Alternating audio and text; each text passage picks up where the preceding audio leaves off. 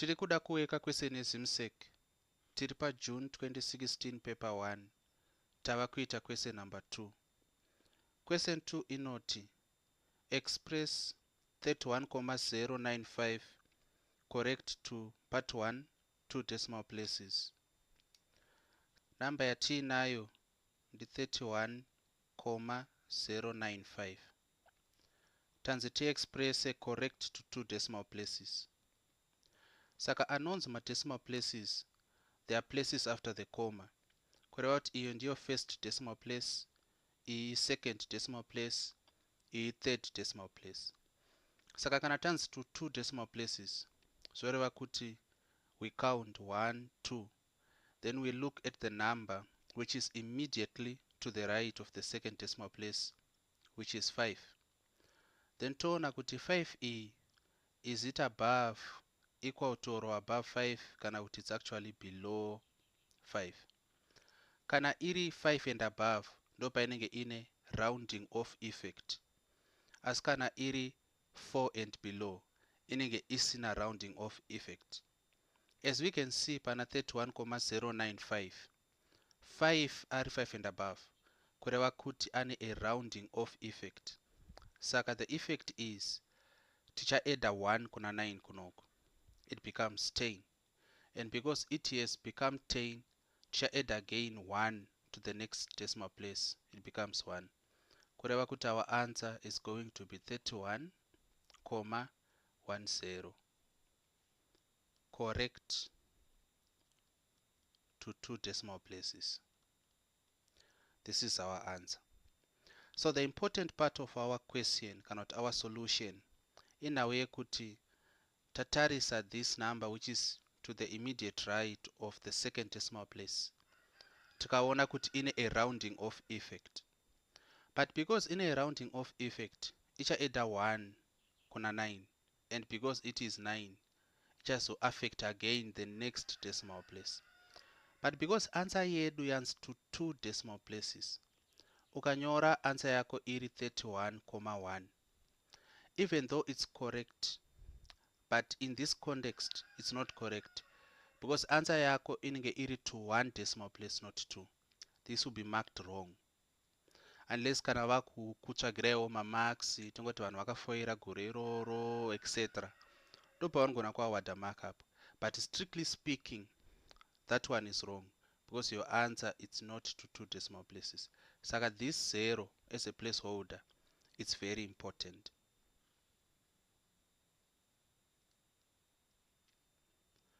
Part 2 yati to 2 significant figures.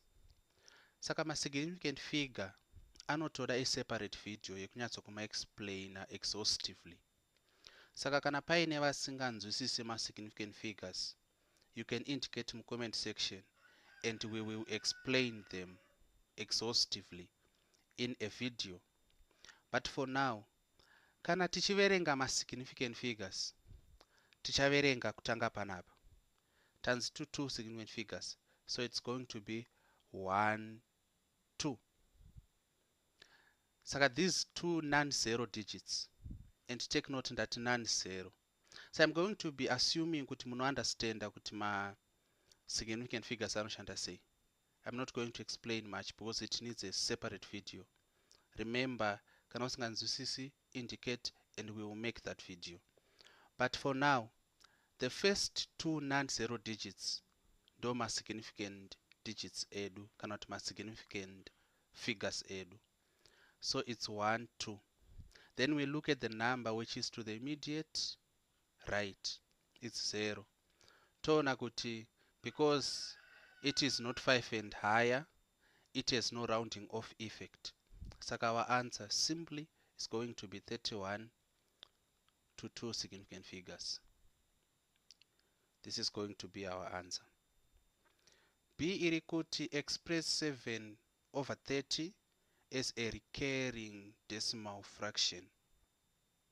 Ticharatidza kuti why is it a recurring decimal fraction. Saka panapa, to convert this into a decimal, we are just going to divide 30 into 7. Saka 30 into 30 ndi 1. 30 into 7 is 0, we put a decimal place. 30 into 70 ndi 2. Since 30 times 2 are 60, kureva kuti we are going to get a remainder of 10 with a decimal place, kureva kuti it becomes 100. 30 into 100 ndi 3. Since 3 times 30 are 90 with a remainder of 10 again and another decimal place. 30 into 100 ndi 3. Since 3 times 30 are 90 with remainder of 10 and again another placeholder. 30 into 100 ndi 3. 3 since 3 times 30 are 90, a remainder of 10 with a placeholder. Saka icharamba iri 0.2333333. Saka to recur kudzokorodza is to repeat. Correct, our final answer is going to be 0.233333. But kuti tiratidze kuti namba iri kuita recur kana kuti namba ichidzokorodza, tine a mathematical denotation inoti iyo 0.23 unoisa kadot pamusoro pe namba icharamba ichidzokorodza. So this is going to be our final answer, 0.23 dot pamusoro. We have a problem here. Pakuti this question ndaitora from a green book, and vamwe venyu when they watch these videos they try to compare them with my answers are in green book. Unfortunately, answer yandiri kuwana neanswer iri green book zvakasiyana. Actually green book riri kuti 7/30 is equal to 2,33333. So this will be 2,3 recurring. This is what the green book is saying.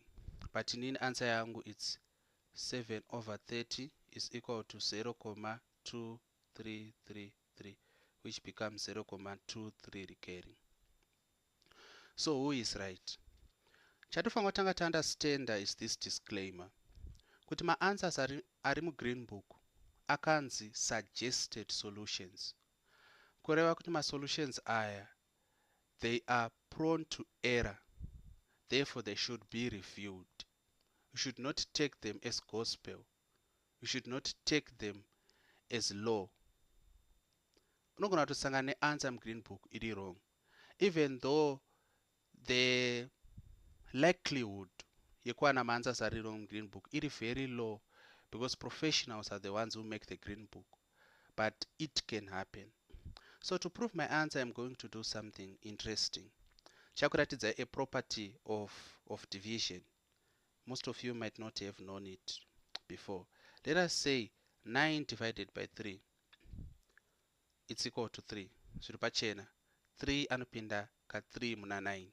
So 9 dividing 3, it's equal to 3.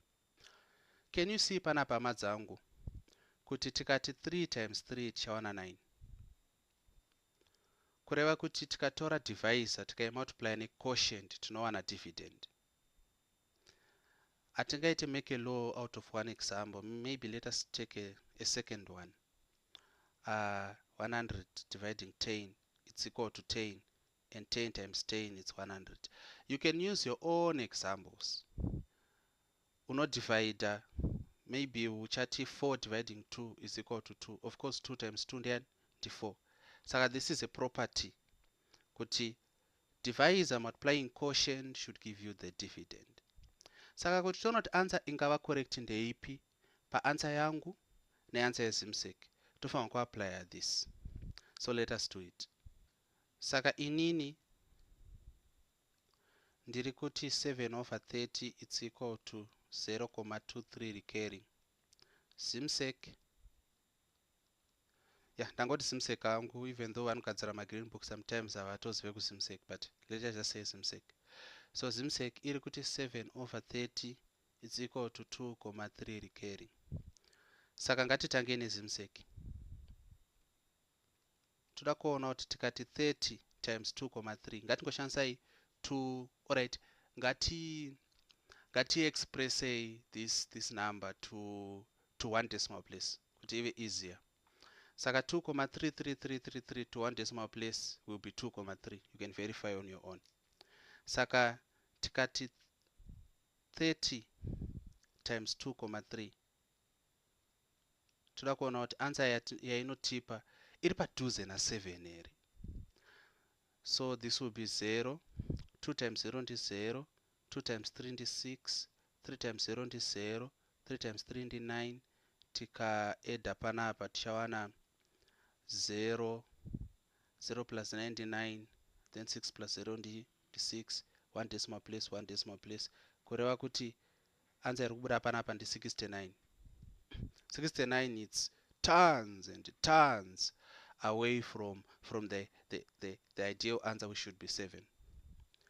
Ko inini zvangu indonzi vanyemba, by the way. Saka katimbona kuti vanyemba yavo inobuda here. Saka vanyemba teta kuti 0,23 and ichangoita 0,23 chero tikaexpressa to 2 decimal places. You can verify. Tikaimultiply na 30, saka apa ndi 0 apa as a placeholder. Ndi 3 times 3 ndi 9, 3 times 2 ndi 6, then 3 times 0 ndi 0, no need yekuinyora. Saka how many decimal places? 1 2 1 2.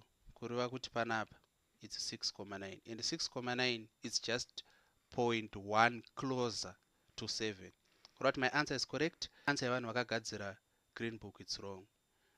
Mukatarisa subscriber question number 10. Subscriber question number 10. An example yekuti vanhu vakagadzira green book, they had a wrong answer, and I worked it and proved their answer to be wrong. So it happens sometimes, it does not happen all the time.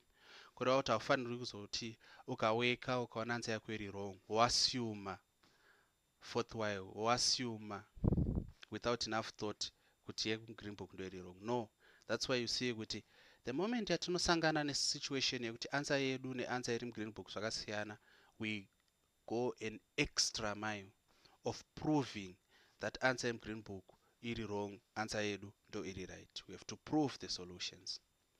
So thank you for your watch. Kune vari kushandisa these videos to prepare for their papers, be it SIMSEC, be it Cambridge, be it any other ordinary level mathematics paper, I wish you justice. Vana questions pertaining the question yatabva kuita, you can comment in the comment section. Vane any other ordinary level mathematics questions, you can reach to me directly. Mnema kutarisa ma details ari in this YouTube channel, my email, my phone numbers, or you can just comment in the comment section below. If it is a SIMSEC question, you can just refer to it by SIMSEC June 2017 paper 1 question EP. Then I will find that question and provide a video explaining the solution. Thank you.